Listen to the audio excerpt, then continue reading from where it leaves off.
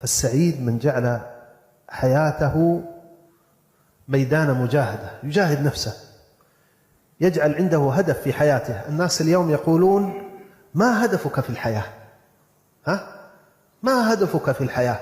اللي يقول: والله هدفي أن أكون طبيبا، واللي يقول هدفي أن أجمع مالا، واللي يقول هدفي أن أفعل كذا وكذا. لكن اليقظ ليس النائم، اليقظ والذي يجعل هدفه في الحياة هو الارتقاء في سلم الدين والإيمان. يعلم من نفسه تقصيرا، إذن يجاهد نفسه، يرتقي في السلم حتى يصل إلى درجة كمال الإيمان الواجب، ثم يرتقي ويجتهد حتى يصل إلى درجة كمال الإيمان المستحب. فضل الله واسع والله شكور.